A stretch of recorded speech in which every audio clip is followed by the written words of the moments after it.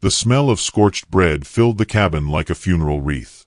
Martha Lou Finch stood by the stone hearth, her cracked hands trembling as she pulled the cast-iron pan from the flames. One loaf split from the side, crust black as coal. The other had risen crooked, like her spine after too many winters bent over washbins. She exhaled a small breath of disappointment and reached for the knife. Behind her, Edgar's boots scraped the floorboards. "Again," he muttered, sniffing with disdain. "Why can't you make bread like other women? You got one use left in you, and it ain't cookin'." She didn't answer. She hadn't, not really, in years. He crossed the room and yanked open the chest at the foot of the bed, tossing clothes into a sack. His, not hers. "Town meetin', tonight. You don't gotta come. You'll only embarrass yourself." He turned then, eyes scanning her like spoiled meat. "You look like someone's worn-out mother." "I am someone's mother," she murmured. But the words were like ash. Too soft, too late. Their child had died 17 years ago, a fever that took more than just a daughter. It had hollowed her out, left her withered inside, but she kept going. Because no one told her she could stop. Edgar flung one of her faded dresses into the fire. "Ain't no use for that anymore." She stood frozen, watching the cloth darken, curl, and disappear into flame. No tears came. Only the hollow ache behind her ribs, the place that used to be full of hope and something like love. By the time the sun dipped into rust and violet, Edgar had saddled his mule and ridden toward town. Martha Lou sat on the porch, her apron still dusted with flour, her hair caught in a loose twist at her nape, streaked with the silver that had earned her so much scorn. The prairie wind sang low through the scrub, rustling dry leaves and whispering secrets too old to translate. She watched until the last of the light died, then gathered her shawl and moved inside. She didn't sleep. Around midnight, the sound of hooves returned. Not one set, two. The second heavier, slower. A colder kind of silence followed. When the knock came, it wasn't sharp or hurried. Just 3 steady thumps. Edgar opened the door without warning, lantern in hand, and gestured toward her like a man presenting livestock. "There she is. Take her." A man stood in the doorway like a carved shadow, broader than the frame could contain. He had long arms, a beard like black moss, and a scar slicing his brow. His clothes were simple: wool, leather, dust. His name was Arthur Creed, a mountain man few spoke of and none really knew. He said nothing, just looked. Martha rose slowly, unsure if she was expected to protest or thank them. "She's got strong hands," Edgar said. "Good for keeping house. No more use to me. Can't breed, barely cooks, but she's quiet. You'll like that." Still, Arthur did not speak. His eyes, dark as a crow's wing, remained on her face. Not cruel, not leering, just watching. As if she were something puzzling he had yet to name. Edgar gave her a small shove. "Go on, then. Earn your keep elsewhere." She stepped forward, heart thudding dully. She did not cry. Not even when her heel caught the threshold and her bare foot landed hard on frozen dirt. Edgar hadn't told her to bring shoes. Arthur turned away, leading his horse down the trail without a glance back. She followed, shawl clutched tight, the hem of her dress dragging in dust and frost. Behind her, Edgar closed the cabin door. No goodbye. They walked for hours. The moon high and full, pale as bone. Every step carried her farther from everything she knew, and toward something shapeless, silent, uncertain. At one point, Arthur paused, pulling a worn blanket from his saddlebag. He handed it to her without a word. She accepted it like a sacred thing. The trail bent into denser pine. Night sounds crept in, owls, wolves, the hush of falling snow beginning to lace the trees. She stumbled once. He caught her elbow but didn't linger. By the time the cabin came into view, perched near a cliff, built from thick logs and quiet labor, her knees were trembling. Arthur tied the horse, then opened the door and stepped aside. She crossed the threshold slowly. Inside smelled of pine and cold stone. One bed, a table, a fire already going. No decorations, no woman's touch. only utility and quiet. She stood by the hearth, not knowing what to do with herself. He brought in her sack, though it contained almost nothing, and set it near the wall. Still no words. Martha watched him from the corner of her eye. He moved like the forest, deliberate, unhurried, grounded. He poured water into a kettle and hung it over the flame. She turned toward the fire and wrapped her arms around herself. "You hungry?" he asked at last. His voice was deep, roughened by wind and silence, but not unkind. She nodded. He handed her a piece of jerky, then sat across the room, carving wood slowly with a knife she hadn't seen him draw. They ate in silence. Snow began to tap at the roof. Later, he gestured toward the bed. "Take it. I sleep by the door." She hesitated. He didn't push. Simply laid out a buffalo hide near the hearth and settled himself like a boulder at rest. She stood in the dark a while longer, unsure what this place meant or what she was supposed to be now. Wife? Maid? A stray dog taken in for the season? She curled onto the bed and stared at the ceiling beams, whispering one quiet sentence that felt like a prayer. "Please let this be the end of being unwanted." By morning, snow blanketed the clearing. She woke to the smell of smoke and the sound of chopping. Arthur was outside, splitting wood shirtless, his breath fogging in the cold. She turned her face from the window, cheeks flushing. Later, he returned and left a clean pair of boots by the door. Not a word spoken. But it was the first thing anyone had given her in years that didn't have a price attached. That evening, she cooked. Only broth, potatoes, and salt. Still, he ate it without complaint. She waited for judgment. None came. She said, "I'm sorry I don't talk much." He looked up slowly. "Don't need talk to understand a person." Her throat tightened. That night, she stitched a tear in her dress while he sat by the fire, carving. A small wooden bear took shape beneath his fingers. "You carve?" she asked. He nodded. "Sometimes. To remember." "Remember what?" He paused, then said, "That things can still be made." She looked down at her lap, fingers stilling over the needle. That sentence stayed with her all night. Just before sleep took her, she heard him shift on the floor, closer to the fire. Closer to her. The wind howled outside, but the cabin stayed warm. And for the first time in years, she didn't dream of running. She dreamed of staying. She dreamed of becoming something again, not just tolerated, but seen. And as snow ticked softly against the windows, she realized with a pang that somewhere between the giving and the taking, she had been placed into the hands of a man who, though silent, had not once looked at her with pity. Only study. Only a strange kind of reverence. She did not yet understand what that meant. But it was more than Edgar had ever given. And it would be enough to begin. The morning was white with silence. Snow draped the trees in soft shawls, burying every branch in stillness. The wind no longer howled. It whispered, tiptoeing across the clearing like it, too, was unsure of its welcome. Inside the cabin, Martha Lou moved quietly, her boots, new, stiff, and warm, making the slightest creak as she stepped across the pine floor. Arthur had left early, before light touched the frost-glass windows. She'd heard the door open and close with a whisper, felt the cold reach briefly toward her before he shut it again. He hadn't said where he was going. He never did. But he always came back. She stood at the hearth, stirring a small pot of beans and bacon scraps, the scent rising warm and simple.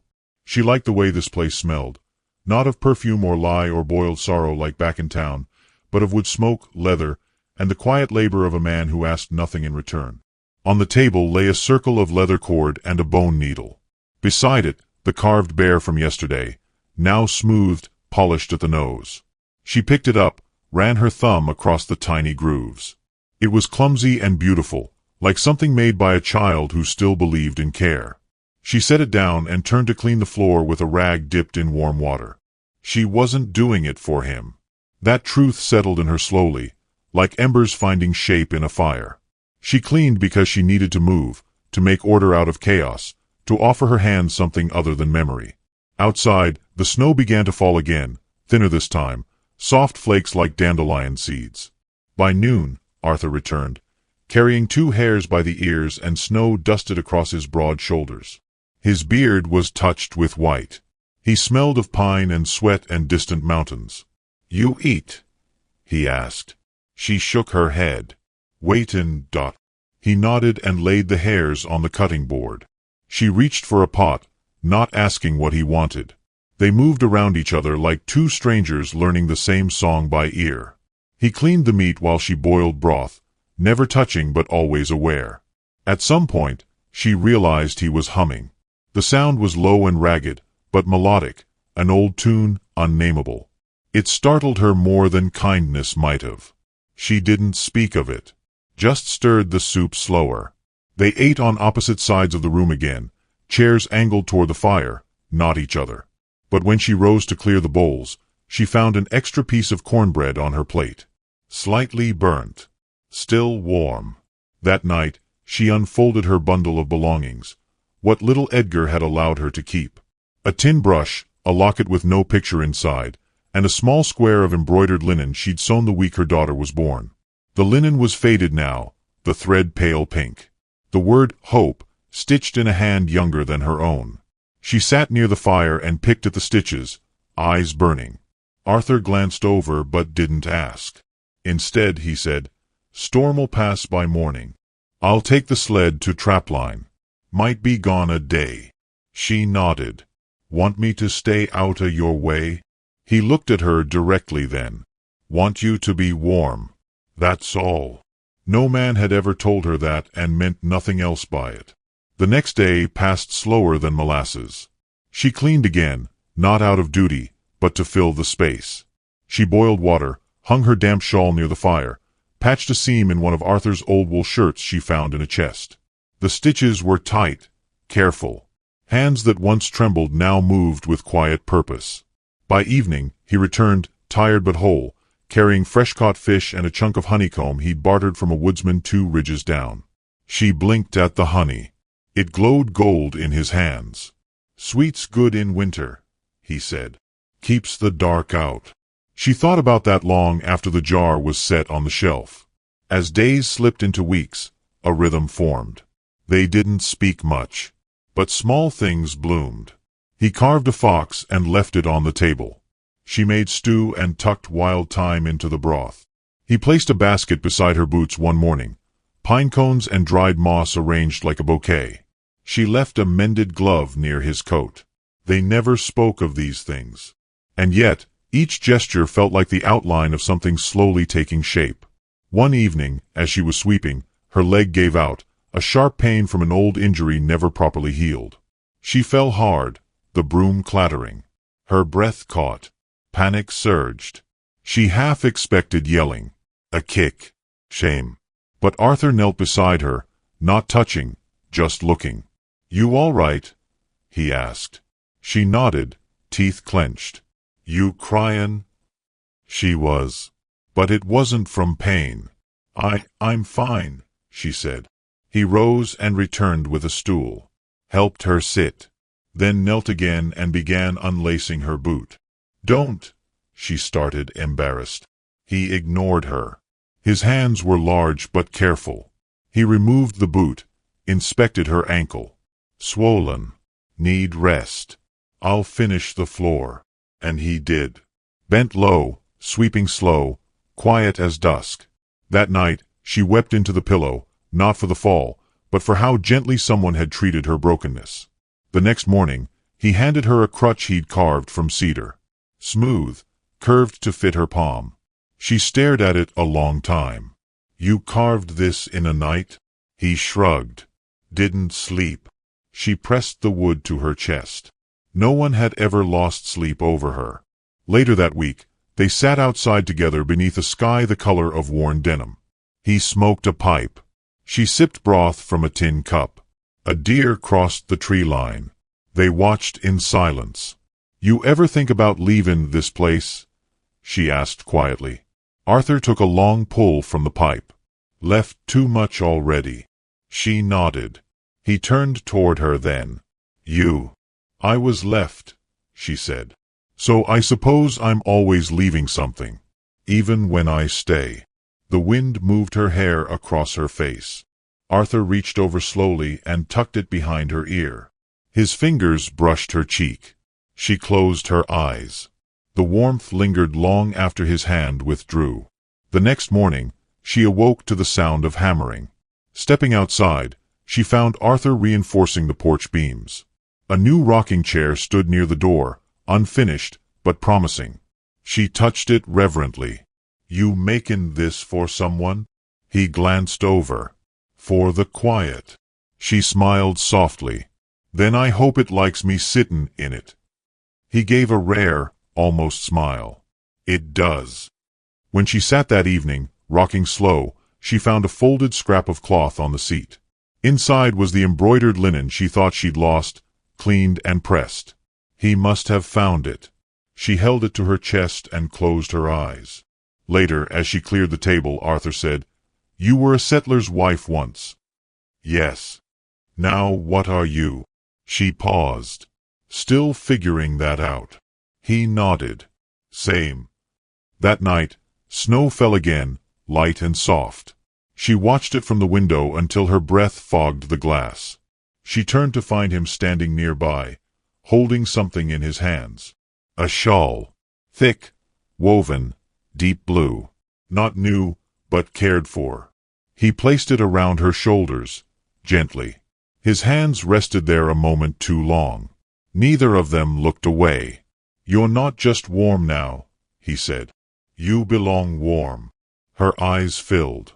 She opened her mouth to speak, but no words came. And yet somehow it didn't matter. Because for the first time, warmth didn't feel borrowed. It felt given. And that changed everything. Pine needles peeked through the snow like old secrets rising from the earth. The sky no longer grayed at dawn. It blushed. The cabin creaked differently now, not from frost, but from the slow stretch of warming beams and the shifting of time itself. Martha Lou stood by the small basin, brushing her salt and pepper hair with fingers that no longer trembled. Her reflection in the water was faint, wavy, but she studied it nonetheless. Her cheeks were fuller. The bruised look beneath her eyes had faded some. Not gone, but less loud. She didn't look younger, but she no longer looked discarded. The red dress hung from a nail near the door. She'd stitched it quietly at night, piece by piece from old fabric Arthur had stored in a chest. The sleeves were a little uneven. The waist hugged more than she was used to. But it made her feel like a person again. Not just skin and memory, but someone with form. That morning, she put it on. Arthur was out back, splitting logs, his arms bare and glistening under the early spring sun. When he turned and saw her, he paused. Just a second. But in that stillness, something passed between them. He didn't say a word. He just nodded once, slow and deep, and returned to chopping. She smiled into her apron. Later, as they sat to eat, on the same side of the table now, he finally said, "That color suits you." She looked down at her hands. "I wasn't sure it was proper." He took a slow sip of broth. "Looks like truth." She didn't know what that meant exactly, but it made her feel taller. The world beyond their clearing didn't forget her as easily. Word had spread down in town. That Arthur Creed, the mountain ghost, had taken up with Edgar Finch's cast-off. The baker's wife had whispered it to the blacksmith's daughter, who'd told the boy who delivered grain. All stories travel fastest when they carry shame. Martha heard the echo of it one afternoon, when she ventured into town for salt and needles. She walked slowly, shoulders back, the red dress beneath her gray shawl. Two women near the general store turned their backs when she passed. One of them muttered, "Some women just don't know when to fade." She kept walking. Bought her salt. Thanked the clerk with a smile that didn't waver, even as heat rose behind her eyes. Outside, she saw her reflection in the window pane. And for the first time, she didn't look away. When she returned, Arthur was repairing the chicken coop. She stood beside him in the soft dusk and said, "They called me a ghost." He kept hammering, slow and even. "That so?" She nodded. He wiped his brow with a sleeve and glanced at her. "You don't look like one." "What do I look like?" He paused, then answered, Someone who came back. That night, she made cornbread again, this time with molasses. He took a bite, nodded once, and finished every crumb. After supper, they sat by the fire, not needing to speak. Her hands moved with thread and needle, his with carving tools. She worked on a new shawl. He whittled a pair of foxes, one sitting, one walking. When he placed them on the windowsill, she said, "Are they together?" He looked up. "They don't need to be to belong." She watched the firelight dance across his cheekbone, the scar on his brow softening in the glow. She touched her own wrist, the one Edgar used to grip too tightly. The next day, the storm rolled in unexpected. Hard wind, sleet, sharp as bone. They scrambled to board the windows. Arthur slipped on wet stone and hit his shoulder hard. She ran to him, breath quick, kneeling at his side. "I'm fine," he grunted. "You're not." She helped him up, fingers gripping his broad arm with surprising strength. Back inside, she sat him down and removed his shirt, inspecting the bruised flesh. He winced but didn't stop her. "You've got too much pride," she whispered. "You've got too much care," he whispered back. She pressed a cold cloth to his shoulder. He flinched, then stilled. Their faces were close now. She didn't pull away. "Why do you let me stay?" she asked. He met her eyes. "Because you never needed permission." Tears welled before she could stop them. She blinked fast, then turned away. That night, while he slept near the fire, she left a bowl of warm milk by his head. He drank it in the morning, said nothing, but she found the fox figurines moved onto her side of the windowsill. Each day after, something small changed. She found him watching her while she stirred stew. He lingered when she brushed past. He fixed the handle on her comb, carved her initials into the base. MLF, still carved like a question. One warm afternoon, she walked barefoot through the pine needles, skirt lifted above her ankles. Arthur followed from a few paces back, carrying the basket.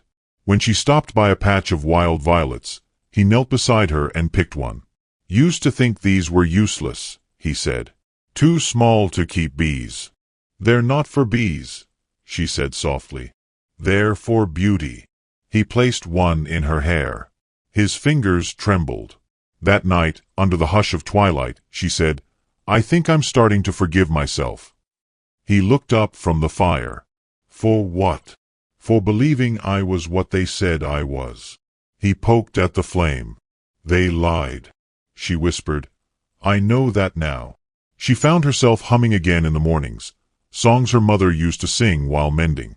She sewed curtains for the windows, patched a quilt for the bed, embroidered her name along the seam like a soft rebellion.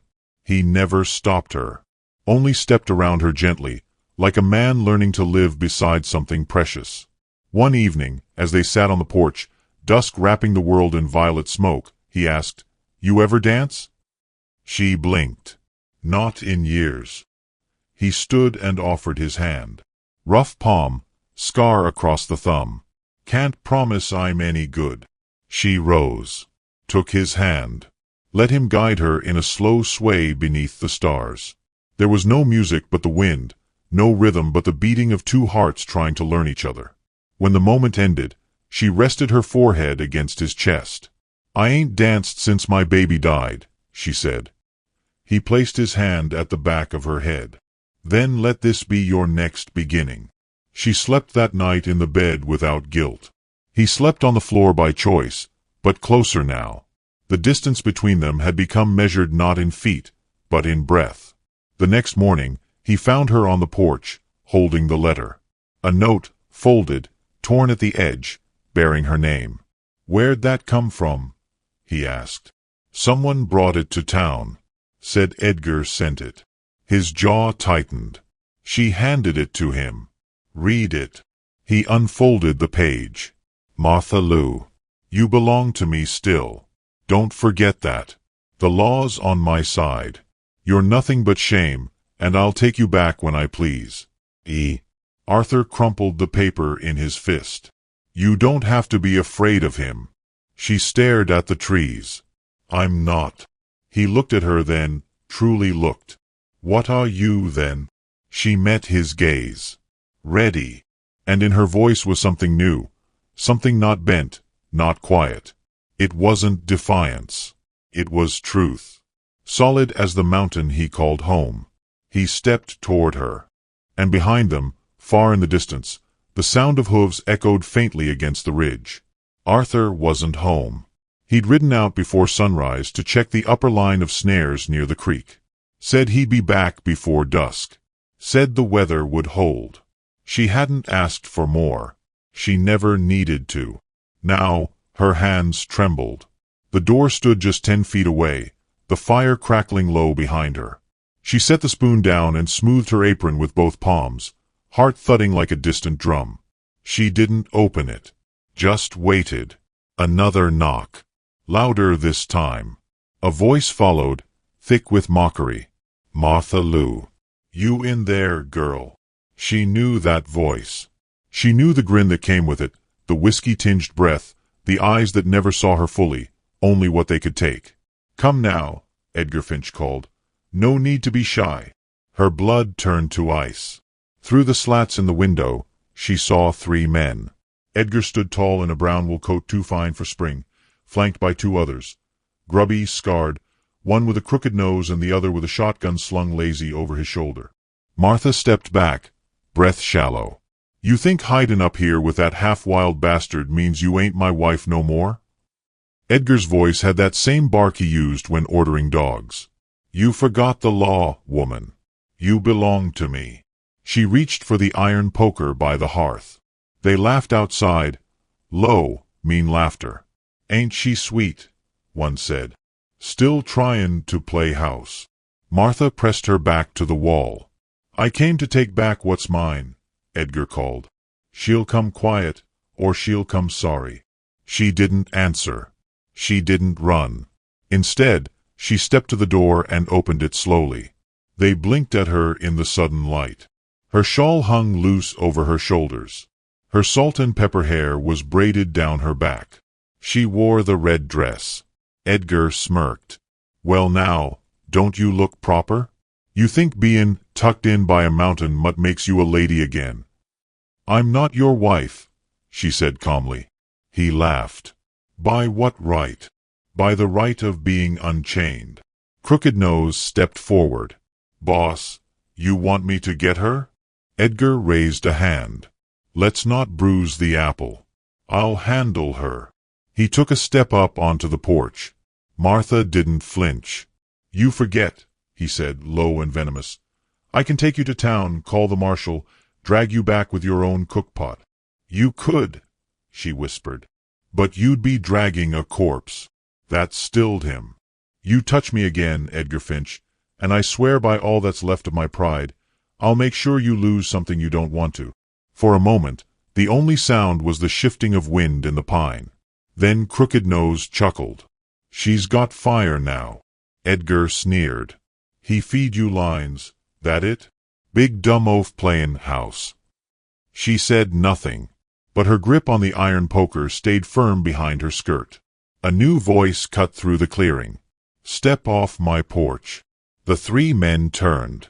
Arthur stood behind them, saddlebag over his shoulder, eyes like storm clouds gathering on a hot day.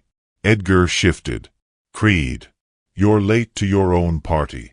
I said step off." Arthur's voice wasn't loud, but it carried weight. The kind of weight that made grown men reconsider every choice they'd made to get here. Crooked Nose stepped back.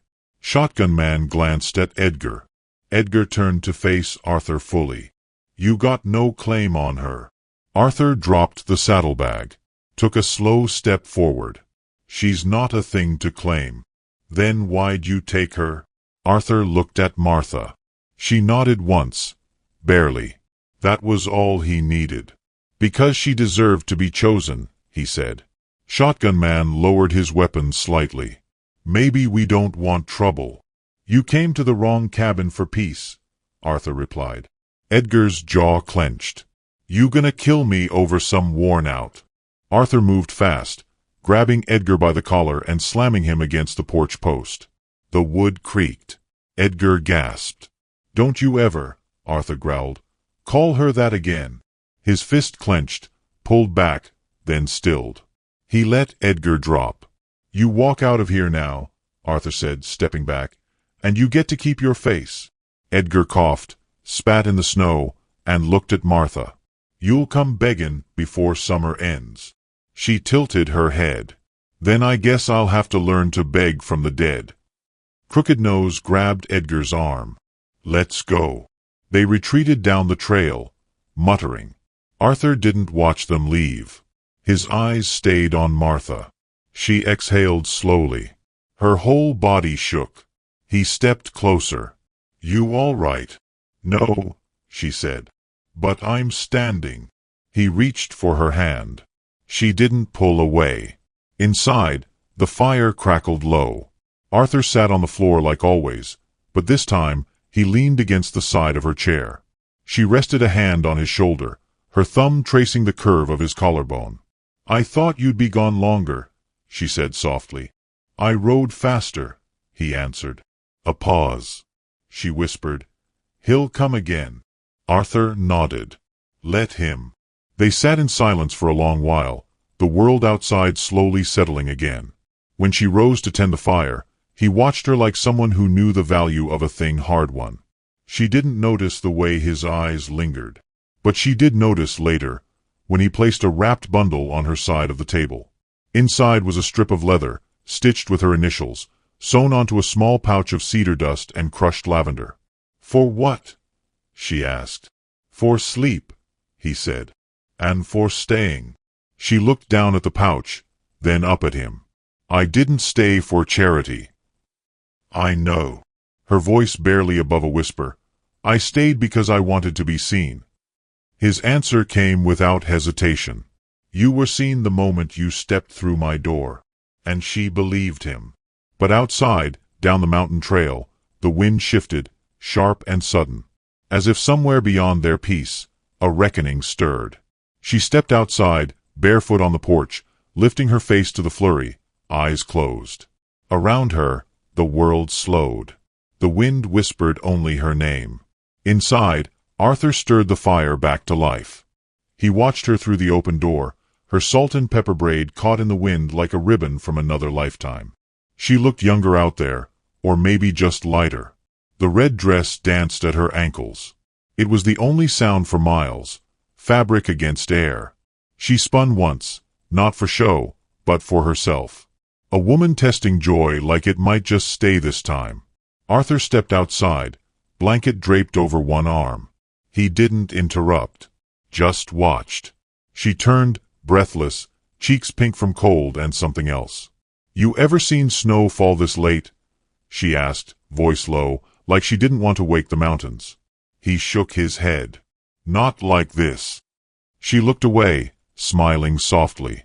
"Feels like it's tryin' to give us one last cleanin'."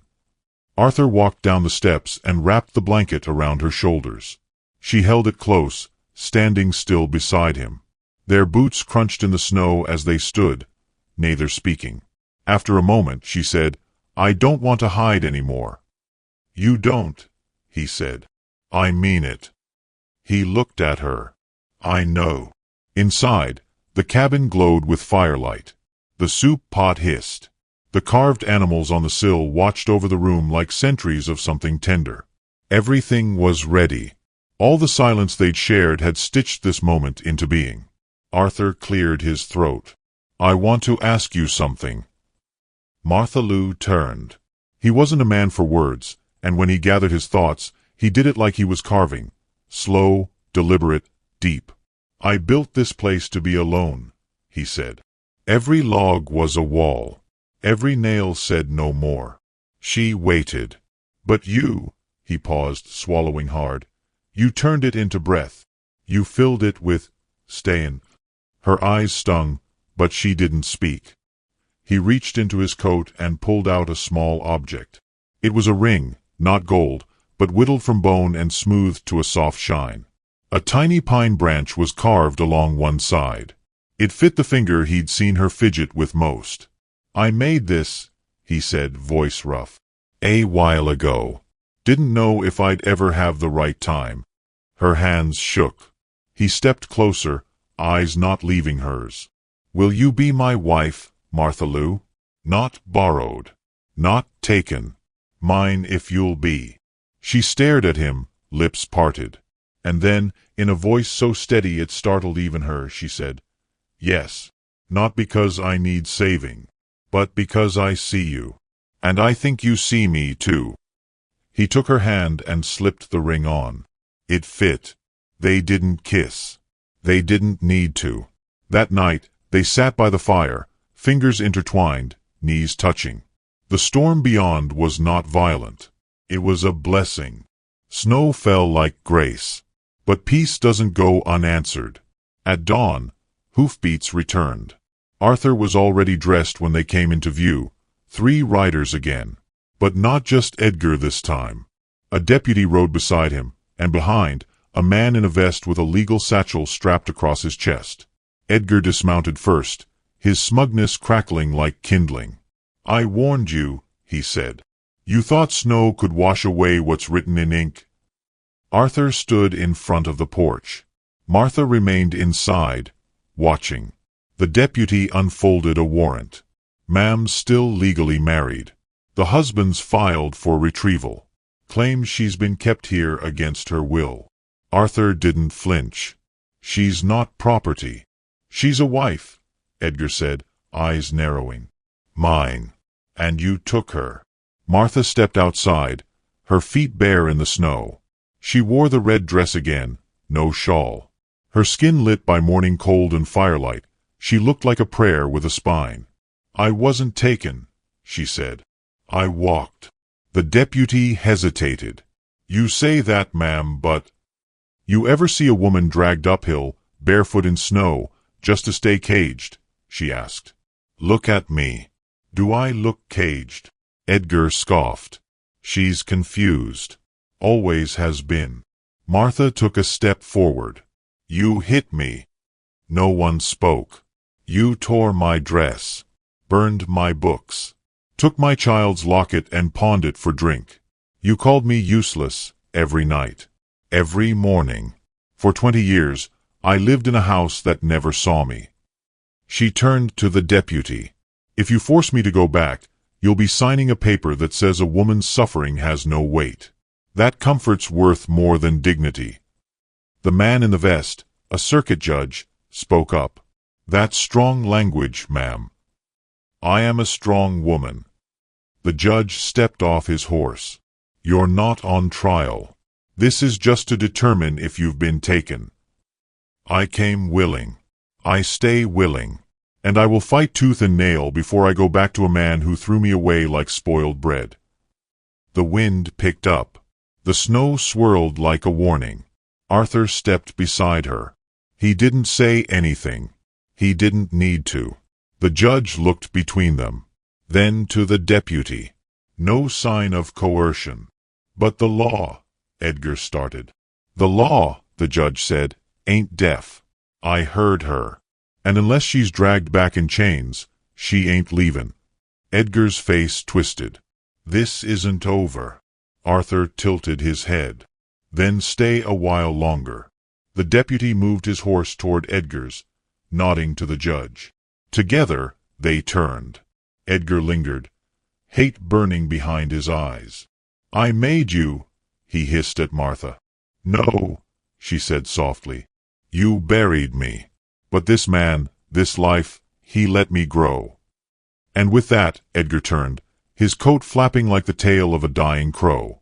By the time the riders vanished into the trees, the snow had slowed. Arthur took her hand. "You all right?" She smiled, tears catching in her lashes. "I'm whole." They went inside. That evening, they stood before the fire, hands clasped. No preacher. No paper. Just 2 souls who had nothing to prove. Arthur spoke first. "With you, I remember who I was before the world made me silent." Martha replied, "With you, I learned I was never broken, just waiting for soft hands." They kissed then, slow, quiet, reverent. Later, she sat in the rocking chair he built, the firelight dancing across her face. He carved a small figurine, a woman in a red dress, and set it beside the foxes. Snow tapped the window. The last snow. Outside, the trees stood tall and full. Inside, love had taken root. Quiet, strong, undeniable. And in that stillness, a voice echoed, not aloud, but inside her. You are not too old. You are not forgotten. You are seen. The cabin no longer kept out the world. It held them in.